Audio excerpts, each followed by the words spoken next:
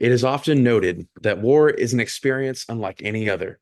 The brutality and the uncertainty of survival always looms in the distance. The mental warfare that also takes place can either make or break a soldier's confidence in the battlefield. Today, we continue to the French town of Carentan, where the challenges of war and difficulties of adjusting to combat have never been more prevalent. Today, the harsh nature of war is bestowed upon us as we continue our discussion of sorts on Band of Brothers, Episode 3, entitled Carentan. This is a Comic Talkers production, and you are listening to Just Four Flicks.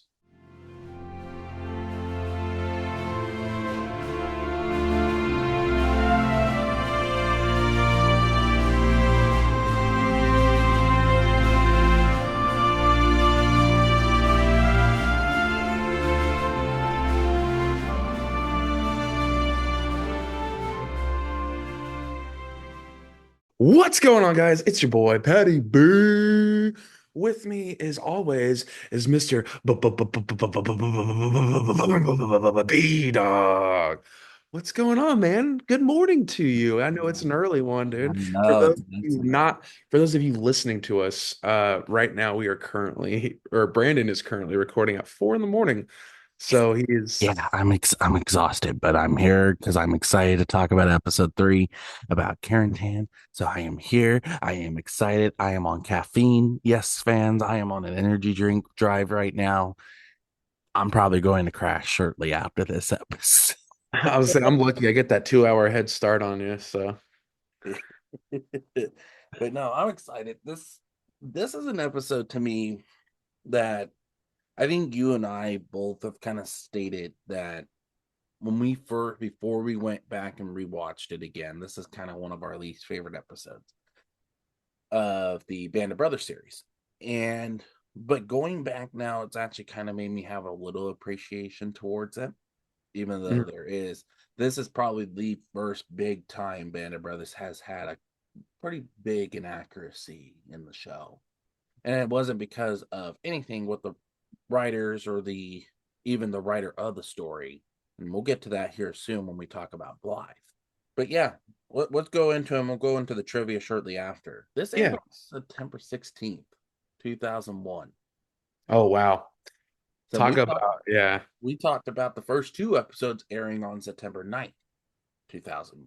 As everyone knows, obviously the tragedies that took place on September 11th of 2001. I mean, that's crazy alone. Think about timing there, huh? Yeah. It's like we talked about, we were kids. When Yeah. I'm Yeah. Six, mhm. 7, almost 7, going on 7. I was 6. Yeah, I just turned 6. That's why I So, said it's not weird to think about it, but it puts you in the time perspective when that episode came out.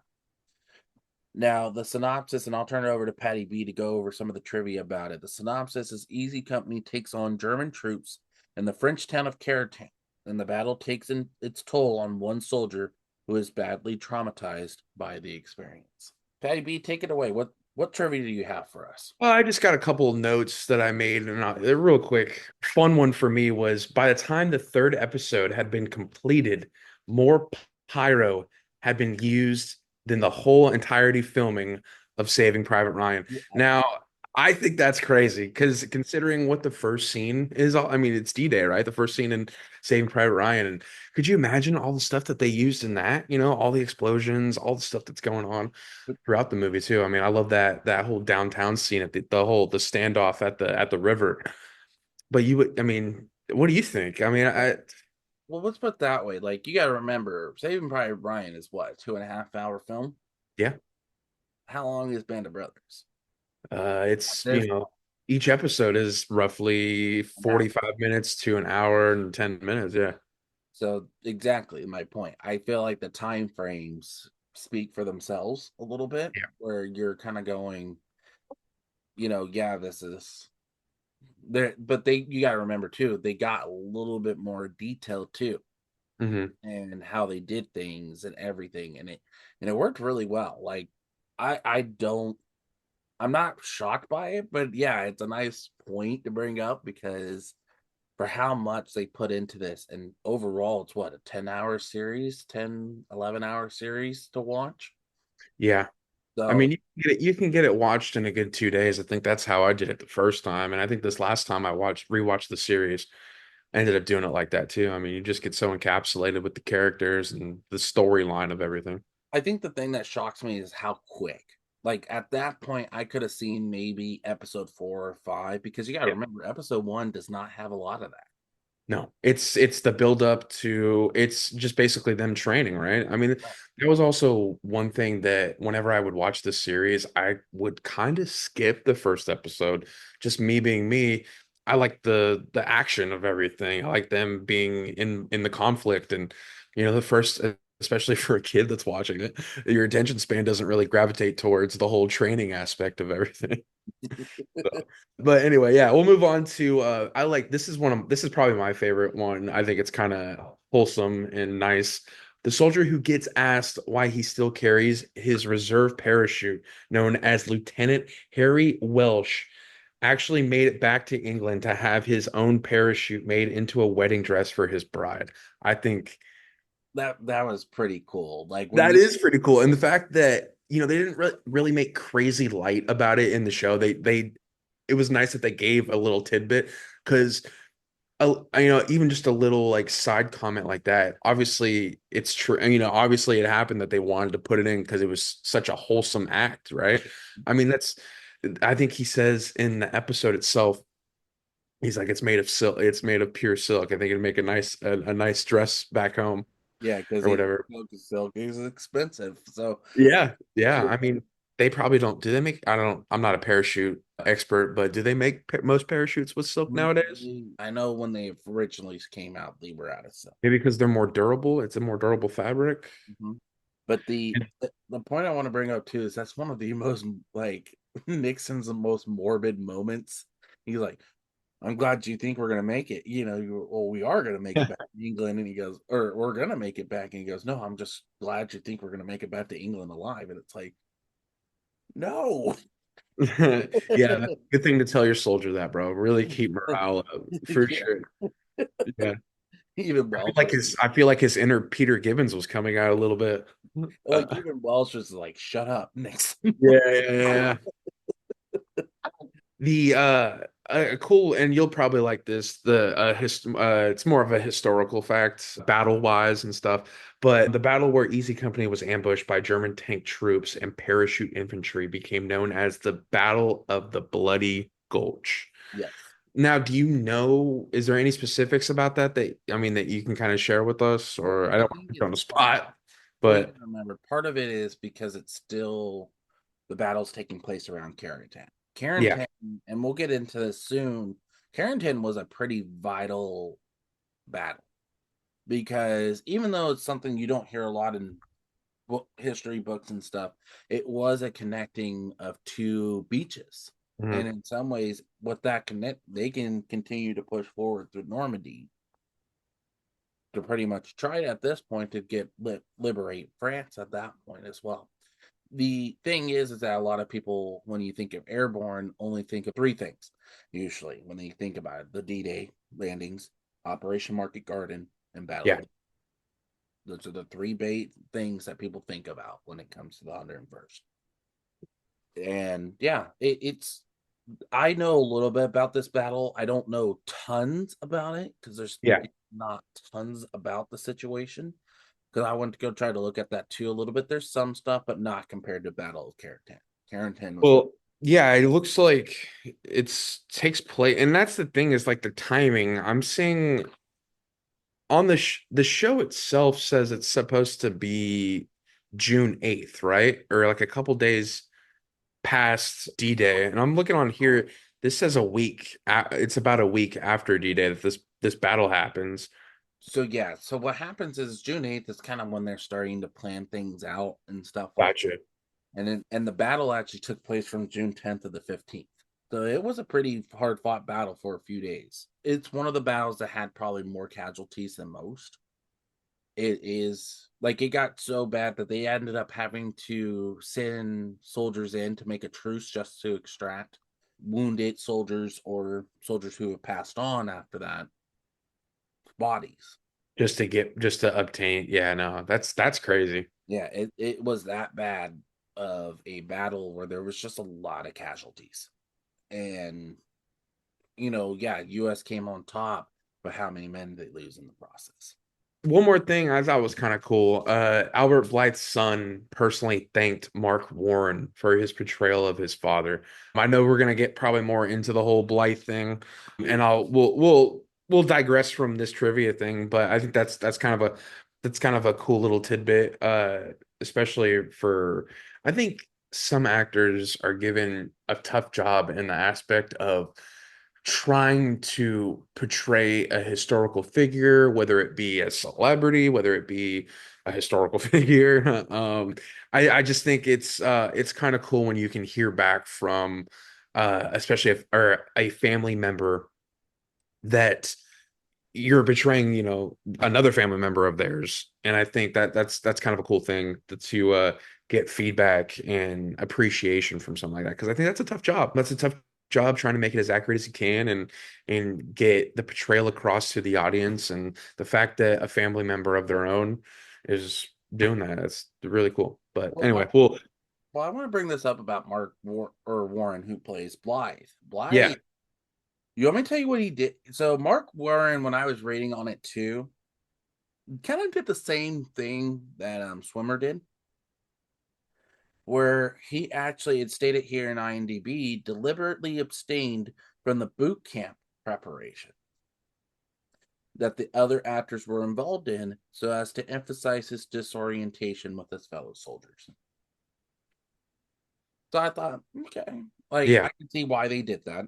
Good. The other thing I was going to bring up too is that there are some inaccuracies in the history, and we'll kind of go into some later on when we go into some talking points that we have for each other. The Tipper was shown to have his left eye destroyed as well as his legs badly burned. However, it was Tipper's right eye that was destroyed, and he was sent back to England where the eye was removed. Huh. Carentan's actually was mentioned in Saving Private Ryan by Dennis Farina's character. Okay. I'll have to go When, back to that. when, he, Let's when, fix he, when he's what's that? when he's talking to Miller. Okay. Yeah, so when he's getting the translator and everything, that whole scene, that's when Carentan's brought up for the first time like that. The Lipton, when he's blown back Hmm. by the explosion, he receives a rather bad gash on his right cheek, which seems to be fading throughout the series, but it was actually on his left cheek. Why do you think that they switched that up? You think that's just like a lazy thing, or Maybe there just wasn't a lot of documentation on it. yeah, maybe it's yeah, maybe they disregard certain attention to detail, like where there's already because I think in a full spectrum looking at everything, I mean, compared to other programs that portray historical events, whether it be war or anything like that, I think this series does a pretty good job accuracy wise for the most part, right? Right. Compared to some other things. So, I mean, I think maybe you can give some leeway for stuff like that. I Well, don't, we're gonna get to a pretty big inaccuracy that most fans catch. Let's go over some topics. I got some topic points for us to kind of go over too. We kind of generalize what Carentan and what its an importance in World War II. mhm. Do you know the whole reason why? I know I've said it was connecting two beaches, but do you know why it was important to capture the town? I do not. So the thing is that you got to remember when they came in on Utah and Omaha, the beaches are in different fronts.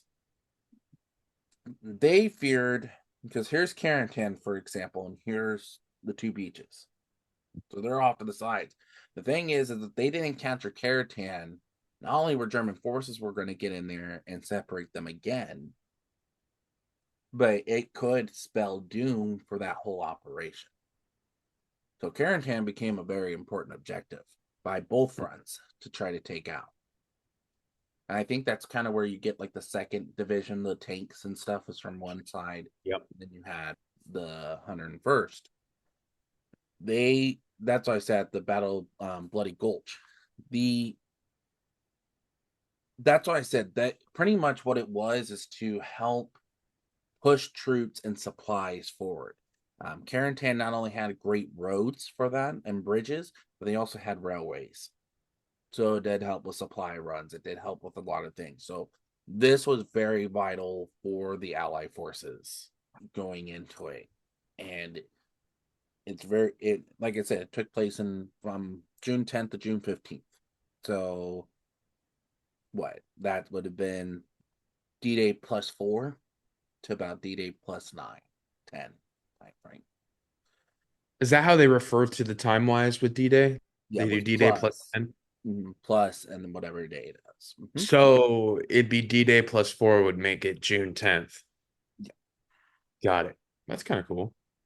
Now, one of the points I want to bring up, I actually want to kind of talk about Albert Blythe before we go into other points, because Albert Blythe is by far the biggest inaccuracy of this episode. Yeah. First thing, and I want to bring this up, he didn't have a southern accent. The guy was from Pennsylvania. He didn't All have a right. southern accent. Okay. But here's the thing, and I kind of was able to get some stuff from IMDb, but some off my research as well. The title card at the end states that Blythe died from his wounds in 1948. That's actually not true, and he actually lived over 20 more years. Yeah, that's wild. Uh, Well, here's the reason why, and I don't blame the writers, because you got to remember, when Ambrose wrote this book, what did he do? He interviewed a lot of the survivors from the 101st, from Easy Come. yeah. So the thing is, a lot of guys didn't realize he was still alive, because the thing was is that he never showed up at any reunions. He didn't show up at anything. So they didn't know if he was alive or not. So it was more off of what the soldiers knew than what they actually researched. I got you. Which, yeah, again, doesn't look good on their research end, No, it but doesn't. it was pretty bad. Now, there's another big inaccuracy, which we'll talk later on in the series, that they get horribly wrong. But this I can understand a little bit. Pretty much, he didn't keep in contact at all with anybody, and then following the airing of the miniseries, his relatives came forward with proof of his actual wounds and his career after Normandy. Hmm. The series depicts him as being shot in the neck, which his fellow Easy Company soldiers really did believe, but it actually was his collarbone. Huh. And then, Again, so many. Why do you think for this episode alone that there's so many inaccuracies compared well, to well, episode? you got to remember with what I just said, right? Yeah. The family came forward with it. Uh-huh. So some stuff maybe the military couldn't disclose. Sometimes things like that does happen where they're not going to disclose information. The Got it. thing also you got to think about is, like I said, it's kind of like how you say it's not like a myth, but it's something like the soldiers that fought with him didn't really know what actually happened. Got it. Because like we said, like the whole thing too is like they thought he was shot in the neck, and they actually believed that. Yeah, it wasn't true. The thing And- is, though, over the time, Army records do indicate that he was shot in the collarbone, and the bullet was perforating on one of the arteries in his chest. He actually went on to have a distinguished career in the Army spanning 25 years and 600 parachute jumps. That's crazy. And he spent the rest of World War II in an Army hospital and was discharged in October of 1945. And then during the Korean War, he was a part of the 187th Regimental Combat Team. And he was a highly decorated after a recon jump behind enemy lines that saw his unit engage an entire Chinese battalion and managed to completing their objective despite being severely outnumbered and suffering heavy casualties. Hmm. That's what I said. Like, I don't blame Ambrose. I don't blame because, like we said, the family came afterwards and Yeah. the inaccuracies. But you got to remember, like it questions why they made an episode about Blythe, Hmm. but you got to remember that's also some of the soldiers' interpretations of what they saw and everything. But then, yeah, when it all came out, it didn't look good because it was like now you just got this whole character wrong or this person wrong in real life. So that was kind of my big thing with it. The what was your what let's talk about Blythe before we kind of go into other points. What was your take on Blythe? I liked like, and I'm looking at this from an acting aspect in the episode itself. I love Mark Warren's portrayal as this character. And this is me not knowing any of the historical accuracies or anything like that. I think the the way he's able to express I don't know, his character obviously has is suffering from historical or historical hysterical blindness, easy for me to say, which is a kind of like a temporary mental disorder, I should say, through, shock or stress or something like that.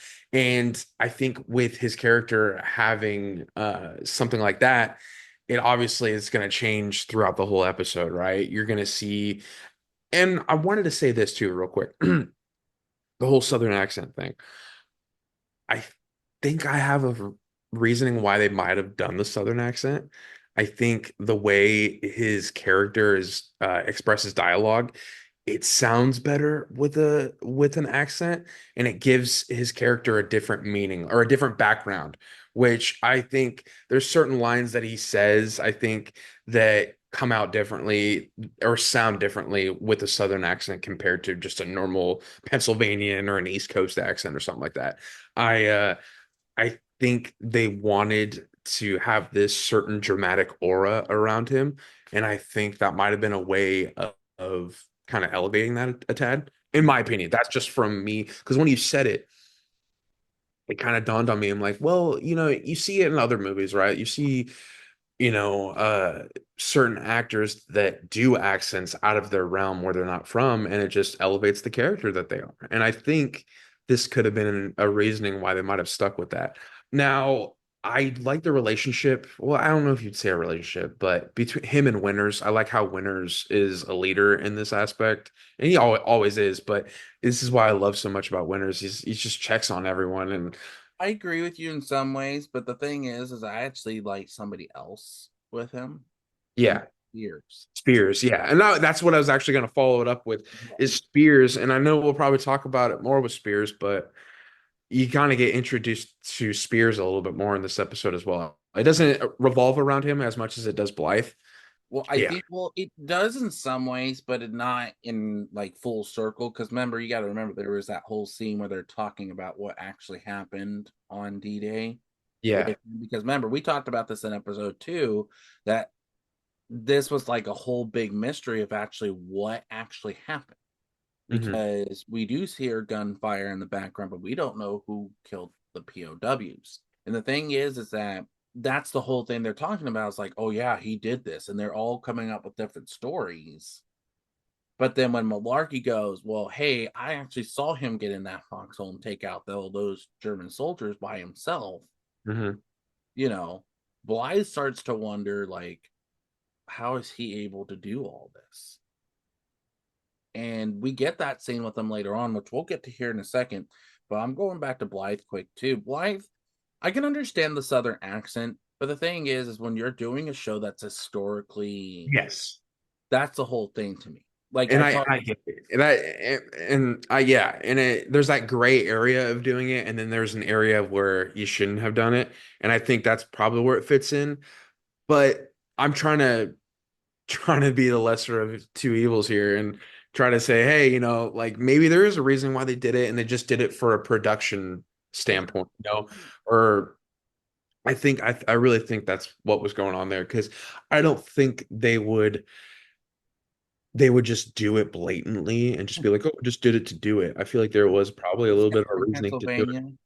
Yeah. Oh, he's from Pennsylvania. Cool. We're just gonna have him sound like he's from Kansas. I was gonna say that's boring. What's put is, Yeah. but Pennsylvania, boring. Yeah. yeah, but that's the thing. But the other thing I'm gonna bring up before we get to Spears, because I do like Spears' scene. Do you know the whole historical accuracy with the flower?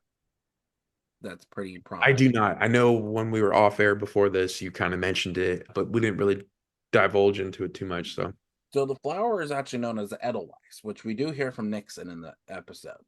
mm, And it's a small little white flowered alpine plant that grows in the European Alps, Pyrenees, and um, Carpathians. It's a member of the daisy family. Now, the symbol is primarily for German mountain troops or Gerbersjägers. mhm. If a soldier has had this on his uniform or had this on his uniform, it usually meant that they climbed for the flower because it's very rare. So they Oh, then that was a pretty big thing for mountain soldiers because they would have them climb up mountains like that. got it. And then retrieving this actually was like a mark of a true warrior. That's kind of So it's like that's one of the scenes I actually liked is when Blythe actually takes up his weapon and shoots. It looks like a Waffen SS or a because Waffen SS had like certain jackets, mhm. and but he also had that flower on him, so it also questions if he was a mountain soldier or a mountain troop. Got it. When he goes up and he falls, that helmet that falls, and Mhm. then goes up to try to find the person he shot and killed in the show. It's probably one of my favorite moments with him in it. I also did like the scene like when you were first introduced with him, like how he's staring up in the sky because a lot of soldiers were like that at points. Yeah. But my favorite overall point, I'm going to get to this because I want to hear your opinion on this, was when they're all in the like staking out in the foxholes and stuff to rush for the night, but also keep watch and fix bayonets pretty much. There's a scene with Spears in him because he Blythe goes out to take a look at what the noise was because there was a mistaken of identity during the night where somebody thought it was a German soldier coming up and sneaking on him and they stabbed him. So he hears all this noise. He gets up, but Spears is there saying, "Hey, what are you doing?" And he goes, "Well, I'm checking out the noise. So I just came from there." Now, and this is where you kind of get Blythe kind of questioning him a little bit like, did you actually do all this? And he didn't say anything. But then he tells Spears what happened to him on D-Day. He did not fight. He hid in a ditch. And I want to see what your opinion is because I have the quote right here. I'm curious to see what you think about what Spears said.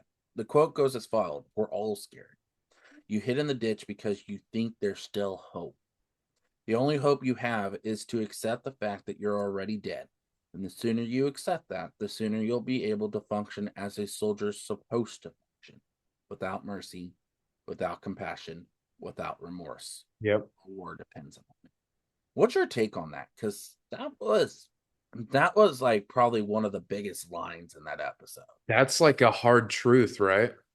And Uh, it's something you don't want to accept, but he's kind of right, dude. To be honest, I mean, that's why you go through all that training, right? I mean, I think we can go back to that first episode, and I'm glad that when we decided to do this whole series, it made me want to watch. And I know I had mentioned it earlier about how growing up, I wasn't a big fan of the first episode.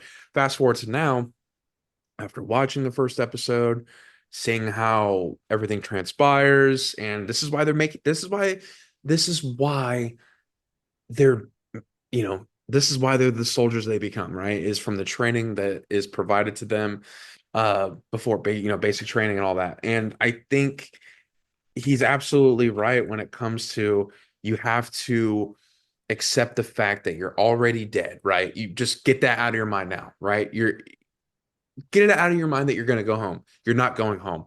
You're here to do a job and you're going to do it. All right. And I think with him saying that, once that gets out the window and you have that mentality of, all right, I'm here to do work, that's when you start doing the work. And I think that's a beautiful line, to be honest with you. I mean, that's perfect. And I think that also expresses how Spears' character is throughout this whole show, right? Well, yeah, Spears' character throughout all this, we already know is lingering with mystery. But not only that, is a sense of how he's supposed to be portrayed. This is a character that, pardon my French, is kind of a hard ass. Yeah, And you got to remember that. He goes in with that I'm not shitting around personality and I'm going in to do what I have to do. It's not a choice. yeah. Like that he's It's kill or be killed. All right. right. I mean, yeah, It that's was kind like of what one he's of them. alluding to a little bit. I think it was Welsh, or I forgot. Like it's all a game in reality that Yes. but it's also a life and death situation because either your life or their lives.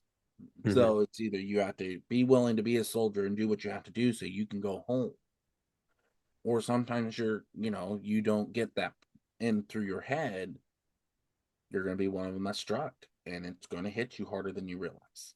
And I thought it was a great thing from Spears to be the one that says it. That's why I said I actually like Spears more than I liked Winters in this episode, Yeah. because you already know like Winters becoming that commanding officer, because Meehan at this point we do they finally kind of find out near the end that he did not make it through, that their pretty much their whole HQ was shot down in a plane, which Hmm. kind of always thought was weird. Why would you put all your pretty much your main HQ people in one plane? Yeah. That doesn't make any sense at all, right? But let's talk about things that we liked about this episode, and we'll kind of head it out on from here. One of the scenes that still sticks out to me is the last scene of the episode, Mhm. Malarkey. And Malarkey going to the dry cleaners to get his trousers and stuff like that. Then all the ones that she brings up that still have stuff there have all passed since the Oh, off yeah. their stuff to now. It is one of the most heartbreaking things to see, because Malarkey sells it. Like, I like Malarkey's character development throughout this whole show. I think he's actually one of the best characters in the show, personally. I by the end you really I mean, I think you never really disliked Malarkey, but by the end of the show you really love. I think you have a different love for his character and appreciate his character. Scott Grimes' portrayal of Malarkey is amazing in this episode. He's only in it for a little bit in the episodes, Yeah. but that's why I said he sells it. Like, he does a really good job, and I know you and I have talked about that in the past and how good he actually is. And Yeah. it's that's what I say. If it's not Damian Lewis for me, I would probably say Malarkey was probably one of my favorite characters through this series. Yeah. And Easily, right? yeah, because I think he's the most. I don't want to say relatable, because all of them are relatable in one way or another. But I feel like with him, it's like the reality of war really strikes you, Hmm. and with through Malarkey and Winter's Eyes, those are the two big people that you see how war can change somebody and how things are different once you get home. And like we saw that with Winters in the second episode, and we'll see another moment with Winters soon. Hmm. But Malarkey, you see the point in this episode, like not all his friends made it home. Yeah, that's like a surreal moment of war, right? Where all this stuff is going on, but when you have a moment of clarity or a moment of, oh, I get to be like regular or normal for a little bit, and then you did something like that where you see everyone's laundry, well, you said it was a laundromat basically, Yeah, right? it was like a dry cleaning. Like a dry cleaner. Yeah. So, I don't know, that's just it's a surreal moment, or it's a realistic thing that happens with war. That's unfortunate, and that's just part of it. Yeah, it was one of the more stronger points of the episode, I felt, because it set reality in it. Yeah. It made us realize that not all these guys made it home, and it was a lot of them that she was naming off, and just seeing Uh-huh. Loki's face through the whole thing. It Yeah. was devastating. And talking about reality, and this will kind of feather into one of my likes about this episode is, and just the show in general does a really good job of this, is just the warfare scenes alone are just so they could be hard to watch at times, but man, like the way they calculate everything and the way it's the shaky cinematography, like it's so dope. Like just I don't know, the way they are able to encapsulate everything that's going on, especially for this battle or any, that whole D-Day scene in Saving Private Ryan is one of the best war scenes of all time. Can we both agree on that? Yeah, like I'll put it out there. It's one of the Yeah. most historically accurate recorded scenes. Yeah, and then just the brutality is another thing. Like it's hard to watch, but like the last 20 minutes of this episode where that I think it's a German soldier who loses his footing and just gets ran over by a tank Yeah. like that. It's like But they're that's not stuff like going to. that probably happened. Yeah, that you got to remember they didn't hold back because they wanted you to see the true Yeah. They wanted to side. get it across. And I think this episode is a perfect example of that, right? Exactly. Now the thing that always gets me, and I know this is the tanks. The tanks make me like you see the one guy and how they zoomed in only on the one guy on the tank with the machine gun. I was getting a little upset with it because I was like, why can't you show some of the other tanks? Why do you have to just zoom in on this one guy with a machine gun on the Sherman? Yeah. Again, it just it just I know that's a like a kind of like it like okay, get over it kind of moment, but it was like, why can't you show us some of the other people? Why can't you just show us other Right. tanks? You know, it wasn't just that tank that came in. I know there was other tanks that were shown. It was just like that's why I said I enjoyed this episode a lot more than I was expecting. Like Yeah. I've watched the show many times, and this has always been the one that maybe it's because it was kind of slow for a while. I think that's maybe why I didn't really care for the episode as much. Mhm. But it does once you get into the historical aspects and things like that, it does kind of set in that this actually isn't as bad as people realize. I think if you wanted to get down to the nitty-gritty, like a normal synopsis of this episode, I think it's a perfect depiction of how much war slash combat can affect the individual soldier, Yeah. right? When we're getting down to it. Well, you got to remember, not only did we see with Blythe, because Blythe we do see that with, but Yeah. pretty much all the main people, like even Lip, they didn't like this battle had some of our main character or main people in this show Mhm. almost get killed or were Yeah. harmed. Yeah. Like Winters even gets hit. Winter Yep. gets hit. Lipton gets hit. Blythe was pretty banged up. Hmm. There's just a lot of things about this that just shows that it's just this is war. This is Yeah. not something that you're And just I your heroes well, come home every time. and I think too, and I know we've talked about Blythe, but I think you could say this about him, the development of Blythe in this episode, I think showcases the importance of how war is hell, right? I agree. The only thing I wish we would have seen, and I know I shouldn't like think like this, but I do, is yeah, Warren didn't go through the boot camp stuff and all that. But see, that's why I feel like it might not have been as impactful, is Hmm. because in reality, too, when you look at Bull's episode, when because all the episodes from here on out will highlight a character or highlight a person in the episode, right? Yeah. Bull's going to be Operation Market Garden. You have all these people that come and become like you see their character develop. But the thing is that I felt like with Blythe, it was kind of like where was he during our boot camp episode? Where was he? You know, like I can understand we didn't see him in episode 2 per se, Hmm.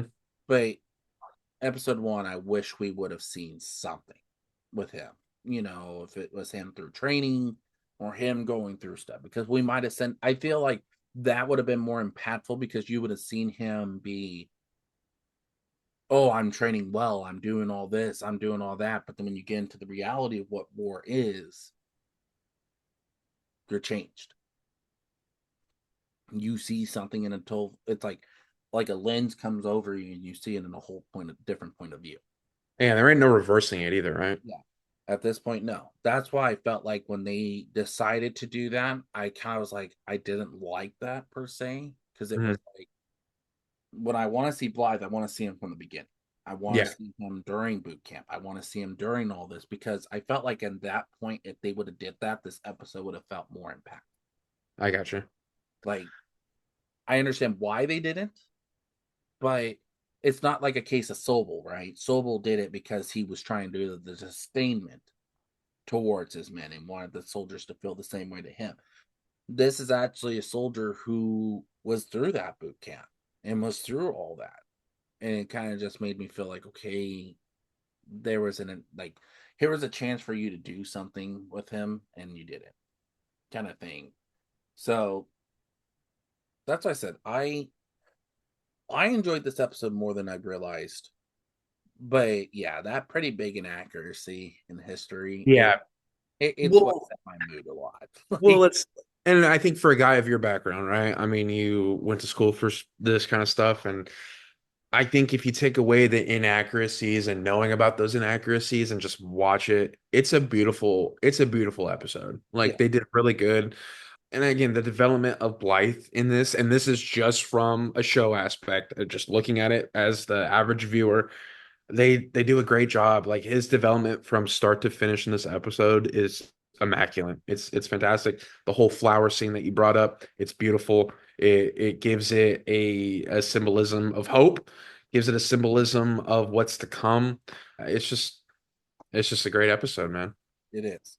It is. It's like you said. Even the cinematography of this episode was amazing, and Yeah, yeah, seeing yeah, how they did the shaky thing because that's the whole Steven Spielberg and Tom Hanks thing with like they did in Saving Private Ryan. yeah, yeah, They, it works. It really does because it makes you feel like you're actually like seeing it in person, like you're there.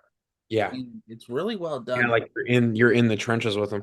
Well, a thing about this too is, from watching Saving Private Ryan to this, I mean, it just looks so similar. And obviously it's from the same people and everything. Steven Spielberg and even Tom Hanks, I think, produced or helped write some of this stuff, right? Well, I know like for this he did. For Yeah. Band of Brothers he did quite a bit. Mm-hmm. Yeah. But it's Spoiler. just, yeah, you can just tell it's like when you watch another director's line of work, right? There's obviously similarities throughout their movies. You got the Wes Andersons, the David Finchers, the Denis Villeneuves and stuff like that. So But the only thing you got to remember, those all these shows, there was only like two directors that actually did more than one episode. All the directors were different, so you got to remember that too. So that's the whole thing. Like, even though Spielberg and Hanks produced it, but every episode was directed except by two. Two of them actually directed two episodes of the series. This one was one of them.